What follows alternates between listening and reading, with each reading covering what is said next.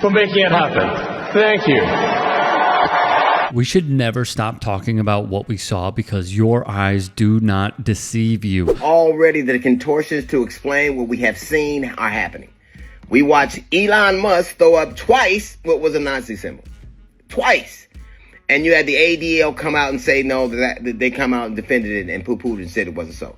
I tell you what, I will say this. It's interesting that a couple of months ago, if you said something, the very organization or one of the organizations, if you said something, anything positive, you could say Palestinians deserve the right to exist, and you were yelled down as an anti-Semite. But a man demonstrated a move twice that was clearly a Nazi. I tell you what, if Elon Musk did that in Germany, he'd have went to jail. If he did it in Austria, he'd have went to jail. If you do that at your job, you lose. And the only place you can make a Nazi salute and keep your job is the White House. Comedian D.L. Hughley shares his take on the matter. Donald Trump has returned for his second term as U.S. president, and he invited some of the world's most powerful billionaire oligarchs to his inauguration in Washington. Sitting right next to Trump's cabinet picks at the center of his inauguration were the three richest people on earth. Elon Musk, the CEO of Tesla, Jeff Bezos, the founder and executive chairman of Amazon, and Mark Zuckerberg, the CEO of Meta, which is the parent company of Facebook and Instagram. Together, these three men have nearly $900 billion of wealth.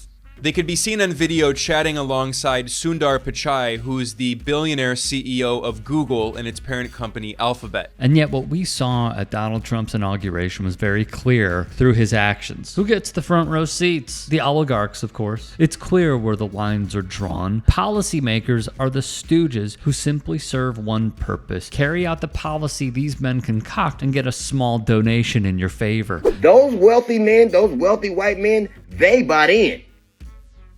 You can't say they sold out, they bought in. They're going to get a direct benefit from their association with Trump. And they don't need anybody else. I don't know that Snoop or Nelly or Rick Ross or Soulja Boy can say that same thing. And stop telling me, well, they can do what they want. If MAGA can get upset, MAGA got so upset about people that it thought betrayed them, they wanted to kill them on 4 years ago. They stormed the Capitol to kill them. Hang Mike Pence. Hang Mike Pence. You remember that? I mean, that probably won't go in history books now, but that was a real thing. MAGA got upset with... Hughley wisely states that the oligarchs bought in because they did. They do not care about anyone or anything but themselves, and their actions show it. Money was created around 3000 BC. These dudes just want to reap the benefits instead of tackling what could go down as the vein of our existence. They pay me a bad. Obama ain't never put no money in my pockets, nigga. Kamala ain't never put no money in my pockets. Trump put money in my pockets. Motherfuckers are trying to say something about me performing at the crypto ball party. Did Kamala call my fucking phone? Did Obama call my motherfucking phone? Did any of you call my motherfucking phone? Oh, God. You mean I do what the Trump call my phone? It wasn't even a Trump event. Trump wasn't even there. Y'all so worried about he performed, him, Snoop Dogg, Rick Ross. Kamala, you ain't even win. Obama, you ain't called my fucking phone. I'll suck my nigga. Y'all want me to not answer the phone of the president? Get the president of the mother United States. Trump wasn't even there. It wasn't even a Trump event. It was the crypto ball for crypto. Y'all can my counsel me all day. Y'all on my nigga, I don't give a when nobody talking about I want to do and I'll go again.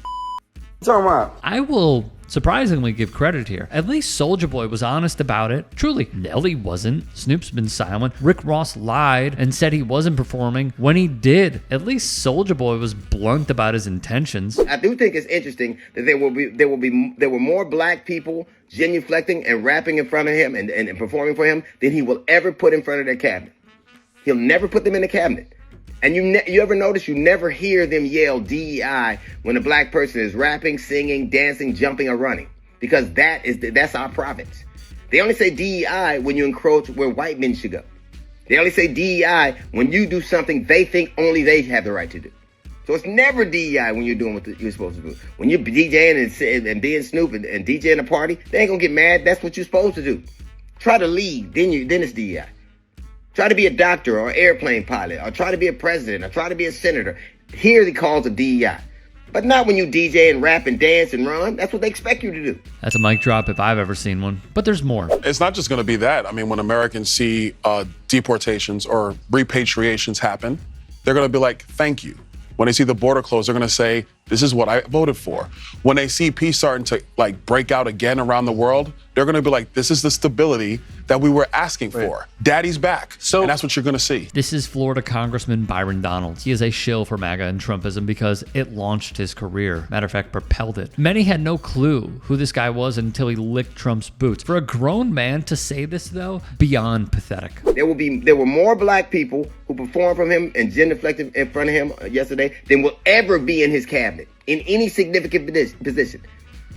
Even all the black people who calling him daddy now didn't get a cabinet. They didn't even get the secretary position of secretaries. Exactly. All the back scratching, all that stumping, and dudes like Donalds got nothing in the cabinet. There has to be a point at which dad comes home.